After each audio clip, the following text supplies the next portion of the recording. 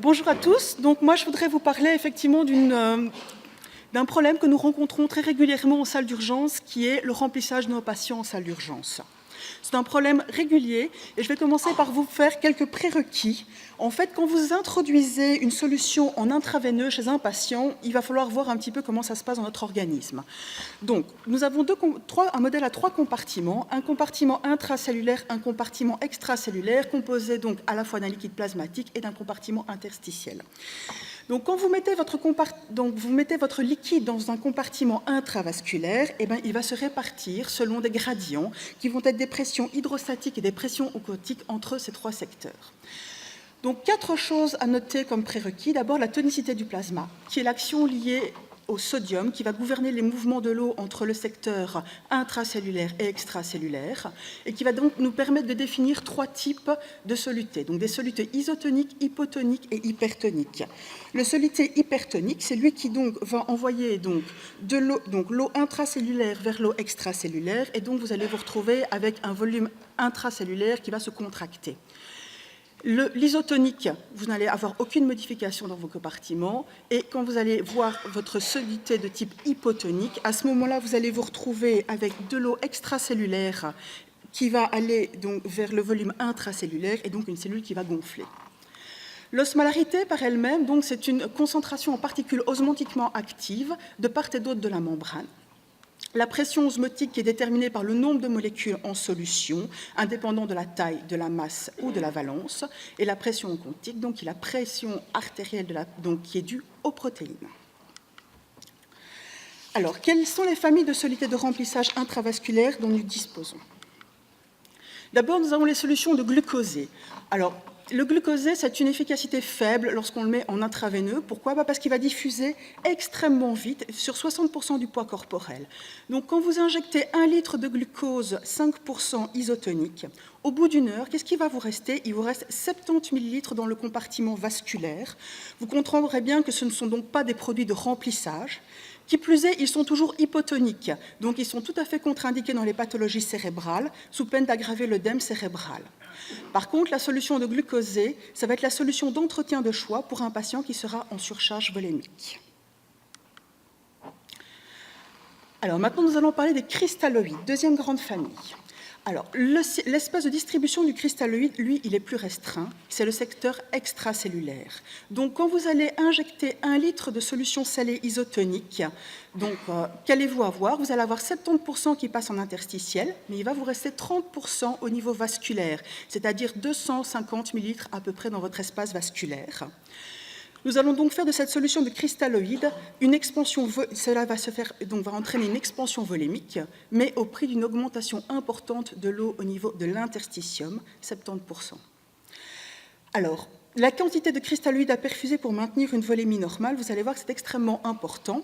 Ça va dépendre effectivement de la masse sanguine qui a été perdue. Si cette masse sanguine perdue est inférieure à 40%, alors il vous faudra estimer le volume perdu et le multiplier par 5 à 6 fois ce volume pour obtenir la solution de cristalloïdes nécessaire.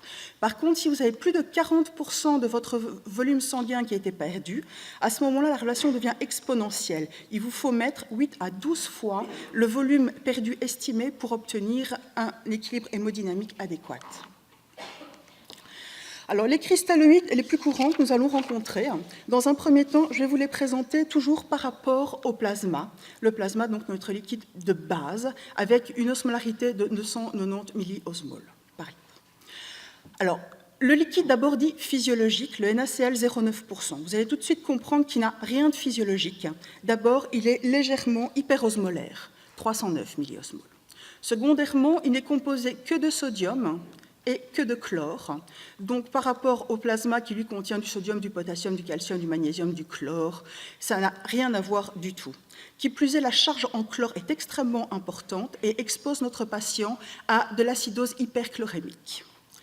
Maintenant, nous allons voir les 2 autres types de liquides les plus courants que nous rencontrons chez nous, c'est-à-dire le Hartmann et le plasmalite. Ce sont 2 solutions de type isotonique. Vous voyez tout à fait que ce sont effectivement, par rapport au plasma 290, on est à peu près aux environs de 290 milliosmoles par litre. Le Hartmann par rapport au plasmalite, ça va être d'abord une question de lactate. Donc le Hartmann contient effectivement du lactate, pas le plasmalite. Donc on va en fait, cette solution de plasmalite est beaucoup plus physiologique que cette solution de Hartmann. Maintenant, il faut savoir que tout ça a un coût. Donc si on prend par un demi-litre de NaCl, c'est à peu près 1,70 €. Si vous prenez un demi-litre de Hartmann, vous passez à 2 €. Mais si vous prenez un demi-litre de plasmalite, là, vous multipliez le prix par 1/3, donc 3 €. Donc ça a vraiment un impact entre plasmalite et Hartmann. Donc maintenant, j'aimerais vous parler un petit peu des solutions hypertoniques, donc cristalloïdes. Il faut savoir que c'est le sodium NaCl 7,5%. Pourquoi 7,5%? Parce qu'on a montré qu'au-delà de 7,5%, en fait, il y avait un effet plateau. On n'obtenait plus d'efficacité supplémentaire sur l'expansion volémique. Donc ce sodium NaCl 7,5%. L'expansion volémique va être de 7 fois le volume administré. Ça va se faire effectivement par un appel d'eau intravasculaire et il faut savoir que son utilisation va être limitée. Elle est limitée d'abord par un degré de déshydratation cellulaire pré-thérapeutique et ensuite par l'élévation de l'osmolarité plasmatique qui ne doit pas dépasser 320 à 330 milliosmoles sous peine d'avoir des problèmes de type neurologique, de type myélénolyse centropontine ou alors hémorragie intracérébrale. Les solutions colloïdales. Alors, nous allons voir dans les solutions colloïdales, troisième grande famille, il faut savoir qu'elles sont composées soit donc, de macromolécules.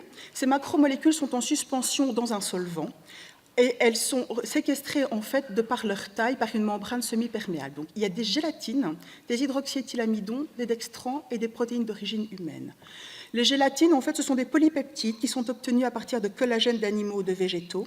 Il faut savoir que c'est une association de différentes tailles, et donc il y a 20% de petites molécules qui vont diffuser rapidement dans l'espace interstitiel. L'élimination se fait par voie urinaire, excrétion maximale, généralement pendant les 2 premières heures, donc une durée d'expansion volémique modérément à peu près de 2 heures. Les hydroxyéthylamidons, qui sont constitués de 2 groupes, nous avons donc des hauts poids moléculaires, des bas poids moléculaires. Ce sont des polymères, donc amylose, amylopectine. Les dextrans, qui eux sont des polysaccharides d'origine bactérienne, polymérisés en longue chaîne, et les protéines d'origine animale, albumine, essentiellement. Alors, pour qu'une solution colloïdale soit efficace, il faut savoir qu'il y a une vitesse de perfusion minimale à atteindre, à savoir qu'il faut être situé au-dessus de 25 ml par minute pour avoir une expansion volémique adéquate. Donc, si on reprend un petit peu nos solutés de remplissage, donc, nous avons nos cristalloïdes, nous avons nos colloïdes, le colloïde naturel albumine, les colloïdes de synthèse, les 2 plus fréquents qui sont les gélatines et les HEA. Quand on reprend donc, les cristalloïdes, les durées d'expansion volémique sont inférieures aux environs de 1 heure. Quand nous prenons donc, les colloïdes naturels ou les colloïdes de synthèse, effectivement, les expansions volémiques sont beaucoup plus importantes, de l'ordre de 4 heures pour ceux de synthèse et de l'ordre de 6 à 8 heures pour les colloïdes naturels. Alors, maintenant, nous allons parler un petit peu de la politique de remplissage en salle d'urgence. Dans quel cas de figure remplissons-nous nos patients en salle d'urgence? Alors, il y a tout à fait 2 cas. Il y a le cas que je vais considérer comme la perfusion d'entretien. C'est le patient à jeun, chez qui il faut maintenir une maintenance hydrique, ou chez le patient avec un risque vital potentiel, ou alors un bilan de douleur internistique aiguë ou une suspicion d'hypovolémie. Bon, dans cette maintenance hydrique du patient, je tiens à préciser qu'il n'y a pas de nécessité de mettre du glucosé 5%, même chez les patients qui sont non diabétiques. Maintenant, nous avons la perfusion d'entretien chez les patients avant un scanner injecté, dans le cadre de la prévention de la néphropathie induite par le produit de contraste. Là où ça devient beaucoup plus amusant, c'est le patient hypovolémique. Le patient hypovolémique, il y a les situations évidentes cliniques, le polytraumatisé, le choc hémorragique, la déshydratation majeure. Mais il faut être extrêmement attentif en salle d'urgence et reconnaître les hypovolémies cachées. L'hypovolémie cachée, il faut toujours y penser chez un patient septique, qui dit septique dit vasoplégique, dit risque d'hypovolémie. Il faut y penser chez un patient âgé, sous diurétique, qui a priori va donc être hypovolémique. Il faut y penser aussi lorsqu'un patient se présente avec des signes d'orthostatisme. Il faut aussi ne pas sous-estimer les hémorragies causées par les plaies du scalp. Et il faudra toujours compléter ces bilans par une recherche de sang occulte. Alors, le remplissage de nos patients hypovolémiques. Pourquoi va-t-on remplir ces patients? Pourquoi? Tout simplement pour pouvoir expandre la volémie afin d'améliorer la perfusion tissulaire et dès lors, nous espérons améliorer le devenir de nos patients. Nous savons qu'un remplissage précoce est souhaitable afin de diminuer la réponse inflammatoire globale et dès lors de diminuer l'ischémie cellulaire. Mais améliorer la perfusion tissulaire, cela se fait toujours aux dépens de pression hydrostatique. Quand vous augmentez donc la pression tissulaire, vous augmentez toujours la pression hydrostatique et vous allez donc devoir répondre à 2 questions. La première, c'est prédire la réponse de votre patient au remplissage, à savoir qu'un remplissage IV n'augmente pas toujours un index cardiaque. La deuxième chose, c'est prédire le patient qui va être intolérant au remplissage. Donc, même si votre patient nécessite du remplissage, même s'il va répondre en termes d'index cardiaque, certains patients ne vont pas le tolérer et vont se mettre à glouglouter quoi que vous fassiez. Alors, pour voir un petit peu comment se passe le remplissage chez un patient, ça va répondre en fait à la courbe de Frank Starling. Cette courbe, vous voyez, c'est une hyperbole qui va être divisée en 3 parties. Donc, dans un premier temps, nous avons une courbe ascendante, c'est-à-dire que lorsque nous avons une augmentation de précharge, à ce moment-là, cela va correspondre à une augmentation de volume éjecté, et dès lors, nous allons avoir une augmentation donc du débit cardiaque chez notre patient. Nous avons une expansion sans avoir de problème de pression hydrostatique. Nous avons secondairement une phase plus plateau, une phase d'inflexion, où nous avons effectivement une réserve de précharge, mais au prix d'une augmentation des pressions hydrostatiques plus importante, avec une clinique qui va apparaître d'intolérance au niveau du remplissage. Et la troisième partie de la courbe, où vous voyez que vous n'avez plus du tout aucune réserve de précharge au niveau de ventriculaire. Et dès lors, si vous continuez à mettre du liquide, en fait, à part de l'extravasation cellulaire, c'est tout ce que vous allez obtenir. La difficulté, quand nous voyons notre patient arriver en salle d'urgence, c'est de se demander, en fait, vous avez la courbe idéale, et puis vous avez la courbe des patients, en fonction de leur pathologie. Donc, soit elles sont décalées vers la droite, soit vous avez des pentes qui sont tout à fait différentes, et ça, malheureusement, vous ne savez pas le dire devant votre patient. De plus, ce remplissage en salle d'urgence est quelque chose de tout à fait vicieux. Prouver qu'un remplissage hydrique fort élevé est associé à un mauvais devenir des patients, donc c'est-à-dire un risque de décès plus grand, un lien associatif et non un lien causal. Et on a mis en évidence, essentiellement dans les pathologies donc, de type choc septique, qu'un remplissage libéral précoce en déant les 6 heures de l'admission chez un patient en choc septique avec une restriction hydrique secondaire donne le meilleur devenir pour les patients, c'est-à-dire qu'on a une réduction complète de la mortalité lorsqu'on a un remplissage précoce dans les 6 heures en salle d'urgence et ensuite une restriction hydrique chez nos patients. Il faut voir que la mortalité est maximale lorsqu'en fait on n'a pas rempli en salle d'urgence et qu'on se met à remplir au-delà des 6 heures.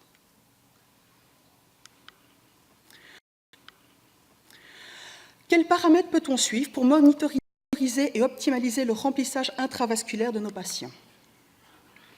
Un remplissage chez un patient. Toujours s'arrêter de remplir lorsque le problème qui a motivé l'administration de liquide est résolu, que ce soit un problème de tension, de correction de diurèse ou de problème de tension, de correction de diurèse ou de correction de lactate. Pour rechercher d'intolérance au remplissage, des signes tardifs, des signes précoces qui soient statiques, dynamiques, invasifs ou non invasifs. Les signes tardifs sont ceux généralement que nous maîtrisons le mieux, à savoir les altérations des échanges gazeux au niveau de la gazométrie. Par ailleurs, nous avons sinon l'échographie qui a fait donc, son apparition au niveau de nos salles d'urgence et nous allons pouvoir faire donc, de l'échographie transpulmonaire. Nous allons avoir ce que nous appelons à ce moment-là les apparitions de ligne B au niveau pleuropulmonaire.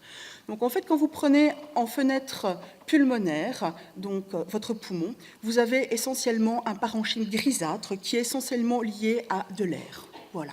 Et ici, vous voyez le feuillet pleural, donc le glissement pleural prévopariétal avec ses échos de répétition.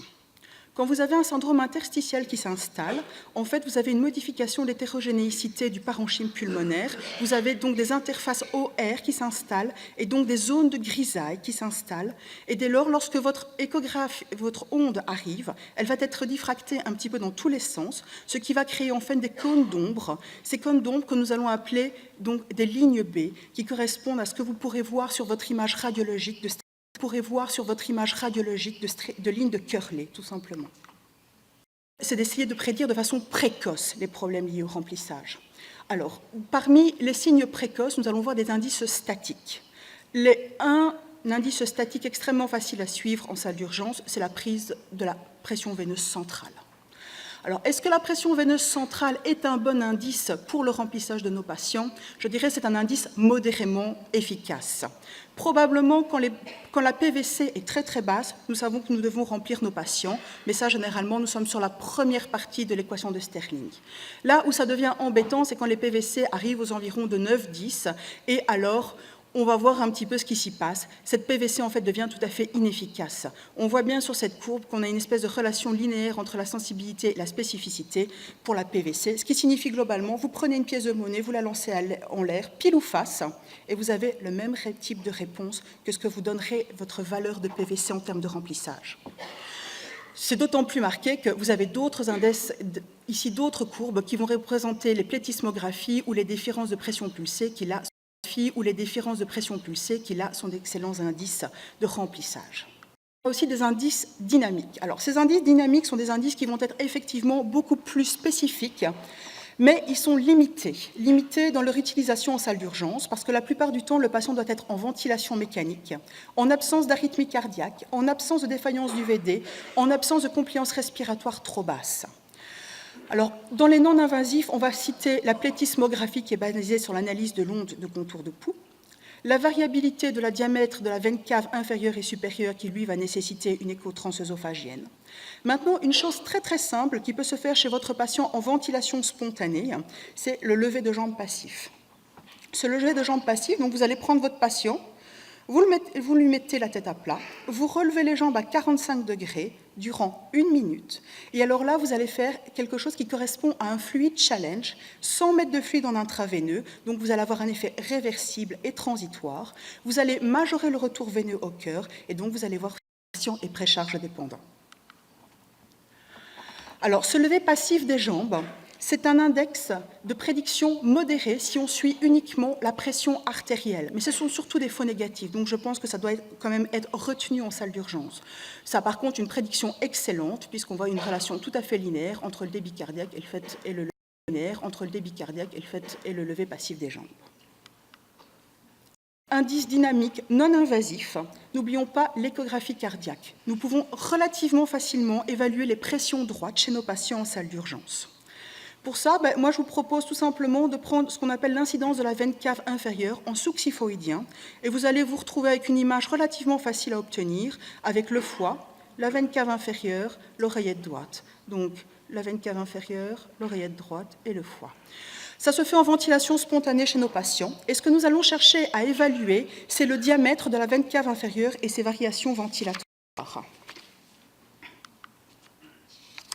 Alors là, je vais vous présenter les deux situations les plus extrêmes au niveau échographique. Donc, d'un côté,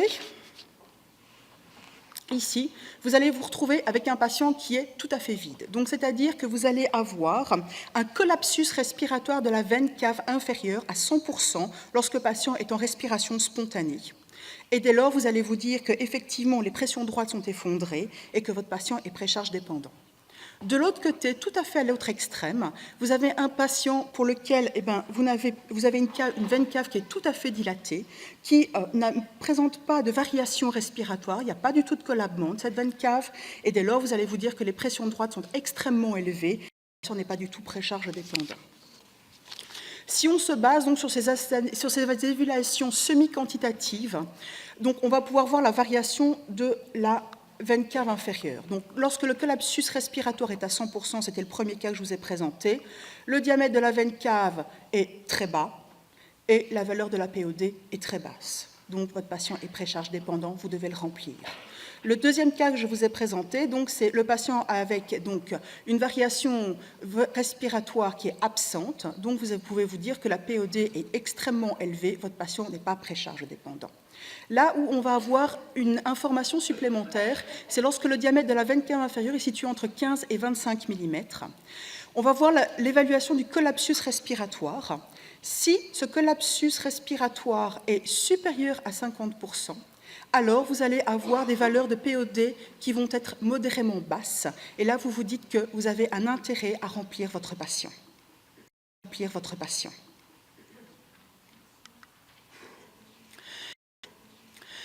Les signes précoces, donc, peuvent être aussi des indices dynamiques.